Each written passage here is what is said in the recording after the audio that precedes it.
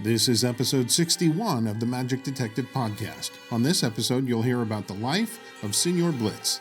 That and more on this episode of the Magic Detective Podcast.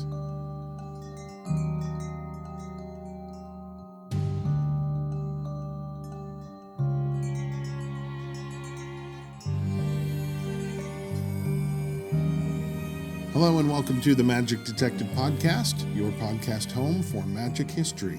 I'm your host, Dean Carnegie. I am the Magic Detective, and this is episode number 61. Where to begin? Here's a list of names for you to ponder.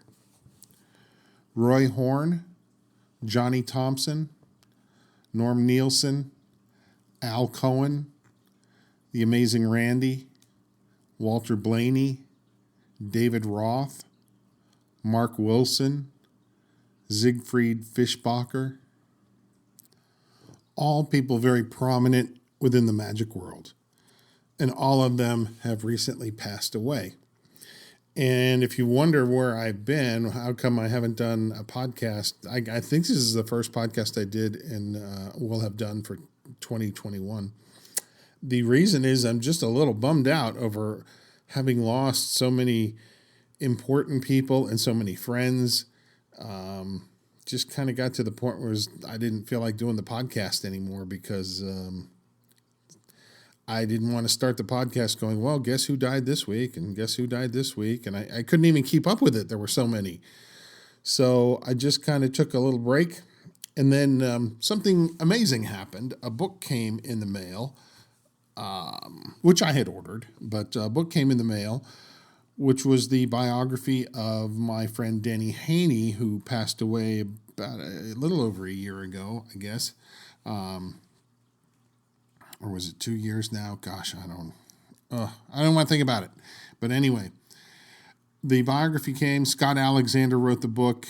Reading the book was, well, let's put it this way. When it showed up at the door, I sat down, I started reading. I didn't put the book down for 3 days until it was finished. And then I wrote a very extensive review of the book as well.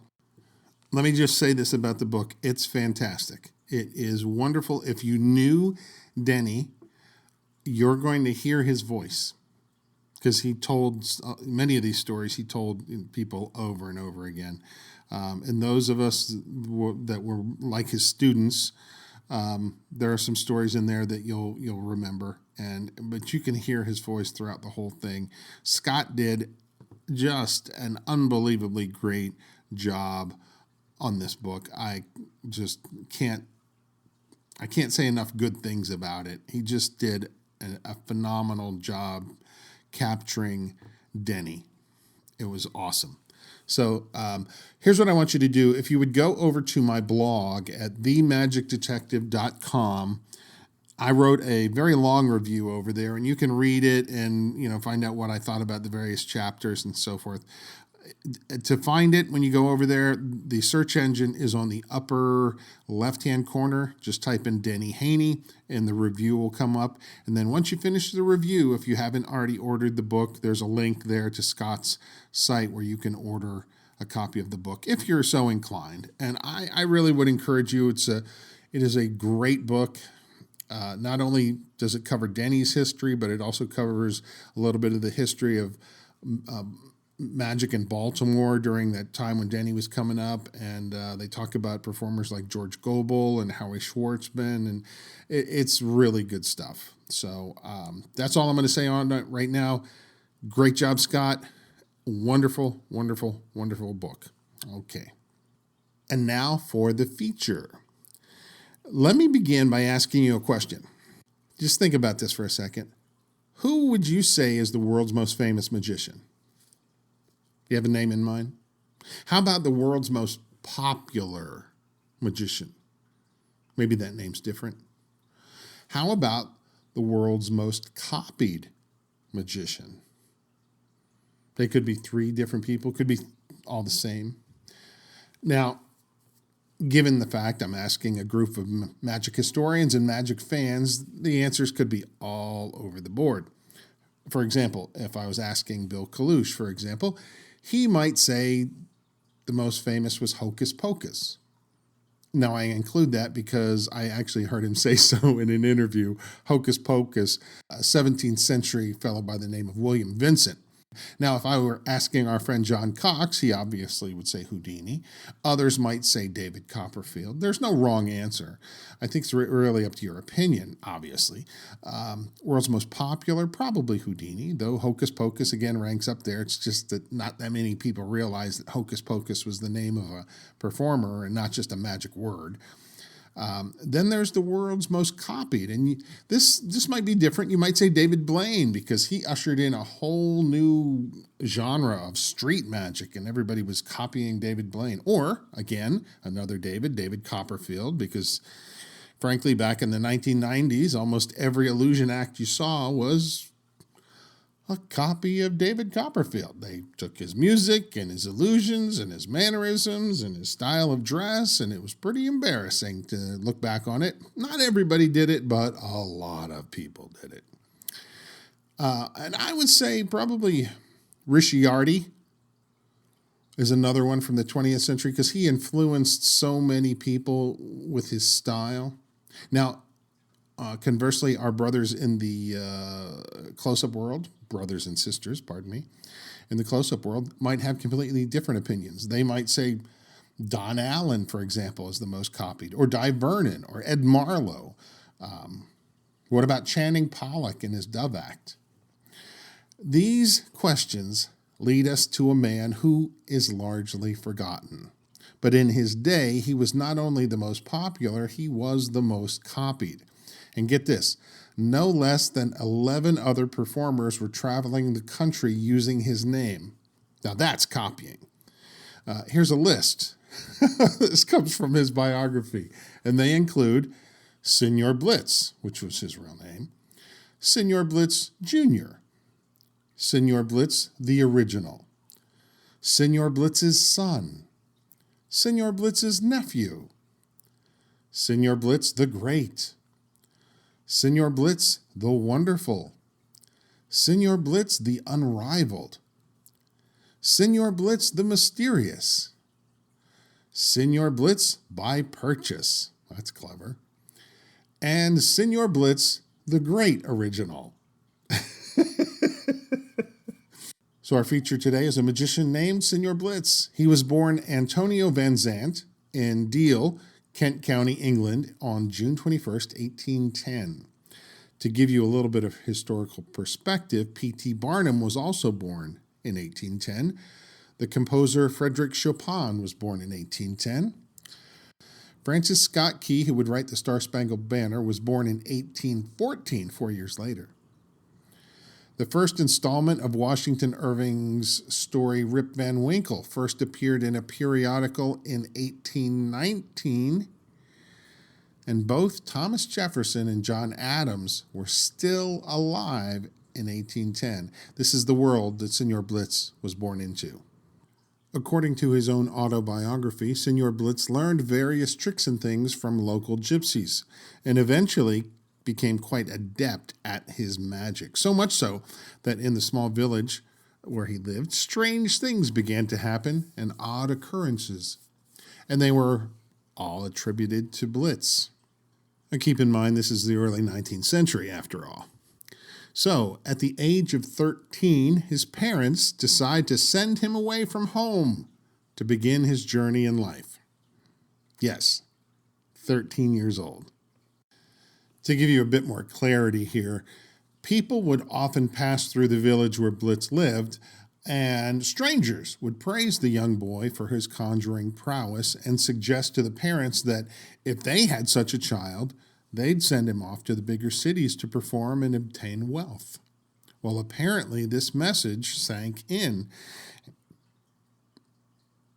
and soon the 13-year-old boy was sent off to Hamburg, Germany, along with a guardian. And by his own account, he was a sensation in Hamburg. All the city was talking about that mysterious boy. And he went on tour for 2 years across Europe before returning home. Not every moment was sunshine and roses. There was one time where more than one time, he ran into a cranky old doctor, Dr. Kelperstein. He was an audience member who basically poo-pooed every feat that Blitz presented, and he followed him around to various shows. So Blitz, well, he had had enough, and he spoke to the old codger, and they instantly began to argue, each calling into question the other's character. Blitz spoke up and said, "Well, at least I do not carry upon my person dozens of letters from young ladies." Again, keep in mind it's the 19th century. The proud doctor soon protested and even laughed at such a ridiculous notion. So Blitz said, "Well, let's let two audience members reach into your pockets and see for themselves." The doctor wholeheartedly agreed, and then was stunned when stacks and stacks of letters were pulled from each pocket. The embarrassed doctor could do nothing but flee. After 2 years on the road, Blitz returned home with a fair amount of money and success to his name, but tragedy was about to strike. His blessed mother died only a short time after his arriving home. She caught some fatal disease. His father apparently was lost without his wife. 6 months later, young Antonio decided to leave once again for the road, along with his attendant, whose name was Gabriel. He was performing as Signor Blitz from Moravia, Germany. Now, this is interesting. In David Price's book, A Pictorial History of Magic and Conjurers in the Theater, it says that both father and son used the moniker Signor Blitz of Moravia. However, I didn't see any mention of that in Blitz's autobiography. He doesn't mention that his father was a magician. So I've seen it in the research, but it's never very clear. So I'm going to go with the father wasn't. Now it was time to conquer England. First stop, Dover, where even being unknown, he still did a good job filling the halls. Then he was off to Exeter and all over the island. It was on Exeter where he encountered a priest who informed his congregation to stay away from this lad who was leading people astray. A classic case of magic is of the devil, because there can be no other explanation. Blitz enjoyed a little bit of fun here too, and many of the congregation attended his shows because the warning made it sound even more interesting. But in the end, it was more trouble than it was worth for Blitz, and he moved on. The Blitz show was a variety show including magic, ventriloquism, plate spinning, which could be considered juggling, I guess, and trained birds. And Price's book points out that Blitz was also rather fond of the practical joke. One such moment was found in his autobiography. The location was in Europe, at a medical theater, where some doctors were going to perform an autopsy on some recently departed corpses. Imagine the look of utter shock on the doctors' and nurses' faces when the dead corpses started pleading with the doctor to go easy on them. "Please, doc, don't let it hurt too much," and so forth. Then there's this story from David Price's book where Blitz came upon an apple stand and purchased an apple and cut it open and discovered a coin inside. And then he grabbed another and cut it open and another coin inside. And then he grabbed a third, cut it open, and yep, another coin. At which point he asked the person running the cart how much for the entire lot. And the fruit seller refused, closed up shop, and was later seen cutting up his entire inventory, finding no coins. I have heard this same tale attributed to Panetti, Herman the Great, and even a young David Copperfield featured this bit in one of his early TV specials. This next story comes from his time in Ireland. It seems a tax collector visited Blitz's show one day, and not only did the tax collector visit, but apparently he stole a rabbit from Signor Blitz. A word of this got to Signor Blitz, who went direct to the tax collector's home. And imagine this, the tax collector denied the charges of stealing the rabbit. Yet Blitz saw the bunny hopping around in another room, and he pointed it out to the man, who told Blitz, "No, you're mistaken." The tax collector told Blitz he purchased this rabbit some months earlier, but Blitz knew his animals, and he knew this was indeed his. As the rabbit approached the two men, he suddenly spoke out, saying, "Ryan, you are a scamp, and the Lord have mercy on your soul." Let me say that again. As the rabbit approached the two men, he, the rabbit, suddenly spoke out, saying, "Ryan, you are a scamp, and the Lord have mercy on your soul." The confused tax collector looked around and said, "Who dares call me a scamp?" And the rabbit yells back, "I do. You know you never paid a penny for me." The two, Ryan, the tax collector, and the rabbit, began to argue back and forth. Ryan reached out and tried to kick the poor rabbit and told Blitz to take that demonic beast away. That's a funny story.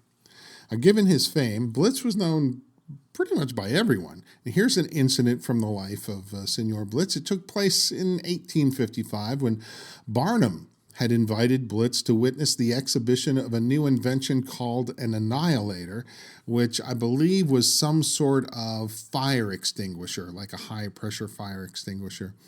A building was chosen that was about to be set on fire so they could demonstrate this new device. But before the fire was set, voices were heard coming from the building saying, "Don't!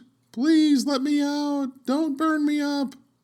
And then everything stopped and the building was searched, but no one was found inside. So again, they attempted to set the building on fire, but once again, voices were heard screaming out for help. After a second search, they attempted yet again to set the building on fire, but this time barnyard animals could be heard coming from the building. It then dawned on Barnum exactly what was going on. It was his friend Blitz creating the havoc. This story comes from the book P.T. Barnum, The Legend and the Man by A.H. Saxon. The end result was the two men having a long-standing feud. Now, while on tour in Scotland, Blitz spotted a woman among a trio of women walking along. He turned to his traveling companion and told him he would marry that woman. And within weeks, he would marry this woman, and by his own account, they had a wonderful life together. They had numerous children and lived together for some 30-odd years. She was Maria G. Blitz. She died in 1859 and is buried in the family plot. I noticed many of the stories in Blitz's autobiography, he's talking more about ventriloquism than magic, and I'm wondering, where is the magic? And, well, I came across this little piece that I really found interesting. Blitz was performing before the Duchess of St. Albans, and he requested the Duchess to remove a card from among a pack of cards. The chosen card was then ripped up, and one piece was given back to the Duchess to hold on to. The other ripped cards were placed inside a little small wooden box. The top was closed, and almost immediately when it was opened, the card was seen to be restored, with the exception of a missing piece, and that missing piece was being held by the Duchess. When the two pieces were held together, the restored card and that one, it was seen to be an exact match. But there was another twist. The card in question was a king, and the Duchess wondered out loud, "Shall I play a part in the beheading of the king?" So I guess when you're performing before royalty, you better be careful what card they select. In 1834, Signor Blitz, who had already had a great success on the continent of Europe, decided to make a big change. He was ready to shift his attention to America. However, immediately his traveling partner and business manager, Gabriel, told Blitz he would not be going. Blitz's father was also quite upset over the idea and didn't want him to go, and many of Blitz's own friends and colleagues told Blitz, "Stay in Europe. America is a very dangerous place." But Signor Blitz did not listen, and he came to America. He performed all over the north and south and parts out west. A curious tale took place in Ohio. Blitz was traveling in a covered wagon, and he happened upon a town that had been recently attacked by Indians. In fact, there were daily reports of Indian raids in the area. So Blitz decided to stay put for a while, but eventually he decided he was going to leave. And with rifle in hand, he took on the wilderness and potential dangers on his own. He settled near an encampment of soldiers, which made him feel a little bit better. A good night's rest was in hand, except in the morning he discovered a wagon wheel was missing from his wagon. He inquired with several of the farmers in the area, and they all related that it was likely the soldiers themselves who stole the wheel. They suggested he talk to the commanding officer in charge. Sure enough, Blitz made an appointment to meet with the commander. The man kind of half-heartedly listened to Blitz's story and replied, "So you think my boys stole your wheel rather than stealing your horses?" "Very well, let's find out." So all the men were called to attention, and the commanding officer asked, "Who among you stole the wheel? If you have any information, you'll get a reward." And of course, nobody came forth, and Blitz was rather dejected.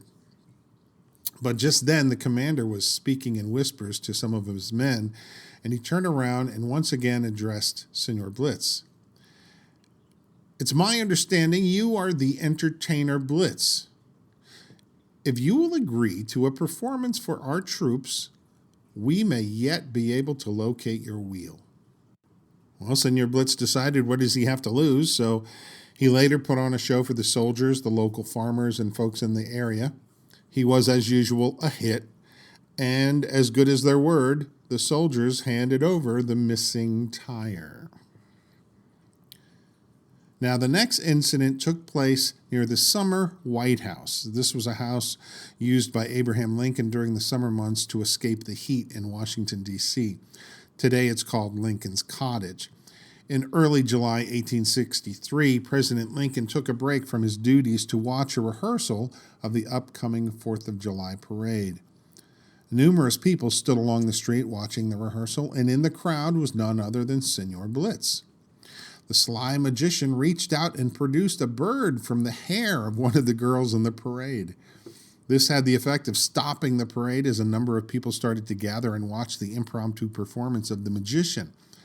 Among his magical feats was producing an egg from the mouth of the president's son, Tad Lincoln. A fellow from the crowd formally introduced the president to the magician. Lincoln replied, "Why, of course, it's Signor Blitz, one of the most famous men in America. How many children have you made happy, Signor Blitz?" The magician replied, "Thousands and tens of thousands." The president then said, "While I fear that I have made thousands and tens of thousands unhappy. But it is for each of us to do his duty in this world, and I'm trying to do mine." This exchange took place just as the Battle of Gettysburg was finishing up, and Lincoln had not yet heard the news of which side had won the battle.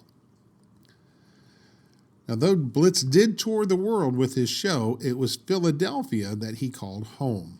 And according to his autobiography, Philadelphia became the principal depot for the sick and wounded during the Civil War. And because of this, Blitz donated his services many times to the soldiers. In his own words, "My exhibitions were remarkably popular with the soldiers. Constantly, I was written to and personally solicited by the surgeons and their assistants or ladies of the committees for my services. Occasionally, some of the convalescent patients would procure permission to call and entreat me personally in behalf of his comrades to come and amuse them, a request that I am thankful I never refused." He continues, "How the poor fellows loved to laugh and drive away their pains and cares. It certainly appeared more of an advantage to them than medical attendance. Whenever it was known that I was to appear, unusual excitement prevailed. Men whose limbs had been amputated but a few days before, although forbidden by the physician, begged to be dressed so that they might appear. And the same was the case with the feeble and exhausted who were confined to their beds, who, when reminded of the imprudence and danger, replied, 'A good laugh will raise our spirits and bring about a speedy recovery.' Is not laughing good for health?" said one unfortunate man who lost his leg and was suffering from a gunshot wound in the arm. He reminded the surgeon that there was no medicine like laughter. Now, I've given you several examples of Blitz's ventriloquism. And they're really the old style of ventriloquism, the throwing your voice style. But it turns out that Blitz was also one of the first performers to use a vent dummy. His dummy was called Bobby. He was dressed as kind of a country bumpkin. But having seen a photo of the dummy, I'll say for the record, this is one of the freakiest looking vents I've ever seen. But for the time, I'm sure it was cutting edge. Now, in the pages of the Conjurer's Monthly magazine, we find this unique trick attributed to Signor Blitz. The effect is, on the evening of the performance, a committee would be selected who would choose the church and state how many times the church bell would ring from that church. Blitz would then wave his wand, and at every stroke of his wand, the bell of the selected church would ring until it pealed forth the number of rings agreed upon by the committee. Now, I found this story interesting as years later there was a claim made that Houdini had rung the bells at the Kremlin, though I believe that this claim is now false. But the Blitz one looks like it could be true. Imagine for a moment if you were able to talk to somebody that had actually seen Signor Blitz. Well, I wasn't able to talk to this person, but I did find in the August 1909 issue of the Sphinx a recollection of Blitz by a Mr. O.R. Estes. And this is his exact recollection. That I saw the original Signor Blitz, but little doubt exists in my mind, for it was before the advent of so many of his imitators who assumed his name. My first opportunity of seeing him was in Boston, Massachusetts around the year 1850. My second opportunity was in Columbus, Ohio in January of 1861. Features of his entertainment so indelibly impressed themselves upon my young mind that I can easily recall them. Two principal features were his trained canary birds and his dancing dinner plates. In exhibiting his canaries, he used a long, narrow table along which the birds would travel back and forth when doing certain tricks, such as a bird drawing a miniature carriage in which reposed another bird. The principal act, though, of the birds was where one would, at the command of the magician, hop onto a tiny loaded cannon, pull a lanyard, and fire the cannon, whereabout another bird would drop and simulate death. He would be picked up by the other birds, put in a cart, and hauled away by a third canary. That's a lot of work. Signor Blitz's dancing dinner plates must have been the result of a lot of practice, for he would have several of them spinning on edge at the same time. One after another would lose momentum, and just as it was about to fall flat, Signor Blitz, with his deft fingers, would start it spinning again. Some spinning plates he would guide in any direction he wanted, and caused some of them to ascend and descend an inclined plane. Here are a few of the famous people who loved and adored Signor Blitz's performances. John Quincy Adams, Daniel Webster, Henry Clay, Abraham Lincoln, George Morgan, Millard Fillmore, and Martin Van Buren. Now, another one of the famous things in Signor Blitz's act was the bullet catch. So at this point, I must mention Houdini, who, while touring in the early part of the 20th century, began to compile notes and newspaper clippings and interviews with relatives of magicians of the past. And he was on a journey to discover the truth, or so he said. In his quest, he sought the nephew of Signor Blitz to discover if it was true that Blitz could catch a spinning bullet with his bare hands. The nephew confirmed, to Houdini's delight, that indeed Signor Blitz had in fact caught bullets with his bare hands. Okay, so the nephew says. Now, the bullet catch is far from a simple trick, and as with many other less fortunate people in the past who presented it, Blitz too ran into some problems. In one instance, a spectator put tacks down the barrel of the gun while Blitz was not looking.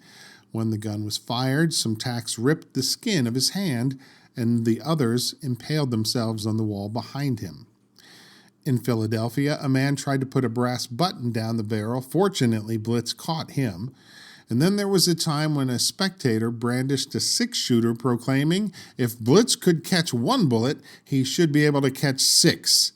And it was not long after this that Signor Blitz decided to remove the bullet catch from his show. Signor Blitz's home was located near Green Street and 18th Street in Philadelphia. At least that's what I found in some magic history books. But leave it to Houdini and the Conjurer's Monthly Magazine to give us the exact address, 1831 Wallace Street, Philadelphia. And as it turns out, this is about a block from that intersection I just mentioned. Today, unfortunately, it is an open lot called the Spring Gardens, and it appears to be an area where neighborhood families can plant vegetables and things. So Signor Blitz's house is long gone. The book Old and New Magic by Henry Ridgely Evans also points out that one of Blitz's daughters became an opera singer, gaining fame as Madame Van Zant. However, I did a bit more research, and I discovered that she was actually known as Madame Jenny Vanzini, and it turns out that Madame Vanzini also had a daughter named Marie Van Zant, who was born in New York in 1858. In 1879, Marie made her operatic debut in a production of Mozart's Don Giovanni in Turin, Italy. She would have a very successful and busy career singing all over the globe. And in 1898, she retired from the stage when she married a Russian count. So fame continued in the Blitz family for several generations. Signor Antonio Blitz died in his home on January 28, 1877. He's buried in Cypress Hills Cemetery, Brooklyn, New York.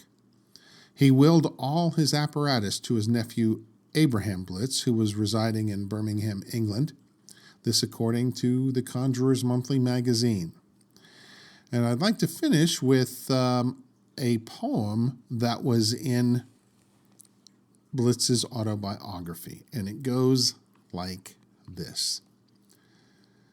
Dear Blitz, thou art the prince of fun, the very soul of wit and mirth. And the aged sire and youthful son admit thy art and own thy worth. The mother and the child alike are moved to merriment by thee, and thus thou art a blessed scent to gladden dull humanity. How many a pleasant hour has passed beneath the magic of thy wand, and how many a snow-white egg has grown before thy wondrous sleight of hand. Thy pleasant smile, thy rapid speech, the tricks that made 'em cynics gay, they never failing fund of wit, oh, can they never pass away. Time has but gently touched thee yet, and though thy locks are getting gray, the eye is full of living light, the face is open as the day. God bless thee, Blitz, and when at last the sands of life are nearly done, may angels watch around thy couch to bear thee to the eternal one. This was written by his friend, Robert Morris. And that, my friends, is the story of Signor Blitz, one of the greatest performers of the 19th century. And it's really not, it barely touches some of the stories. Gosh, I have to be honest with you. The more research I did, I just kept finding out more and more and more things about Blitz. Of course, his autobiography is filled with stories. But I've found stories that Milbourne Christopher told that I didn't include in this, and other authors as well. I just tried to pick some of the more interesting stories to share with you and just show you what kind of performer he was. You know, he was a very cheerful, happy performer, a variety performer. He excelled in his ventriloquism, but he was a wonderful magician. And wow, how cool it would have been to see Signor Blitz in action. So I hope you enjoyed this episode of the Magic Detective Podcast. And yes, the Magic Detective Podcast is back, and I will have more frequent episodes coming up. If you did like the podcast, do me a favor and like the podcast, which means if there's a button there that says like or thumbs up or 5 stars or whatever, click that. iTunes has changed. The latest update of iTunes on the computer is they no longer have iTunes, but they do have something there. I forget what they're calling it now. But you can go into the podcast mode and still leave a 5-star review if you're so willing to do so, if you enjoy the podcasts. We're going to have some great ones this year in 2021, and I do have some interviews lined up as well. So I think you'll see a few changes with the Magic Detective podcast that you will enjoy. And until next time, my friends, I am Dean Carnegie. I am the Magic Detective. Please be well, be safe, and we'll talk soon.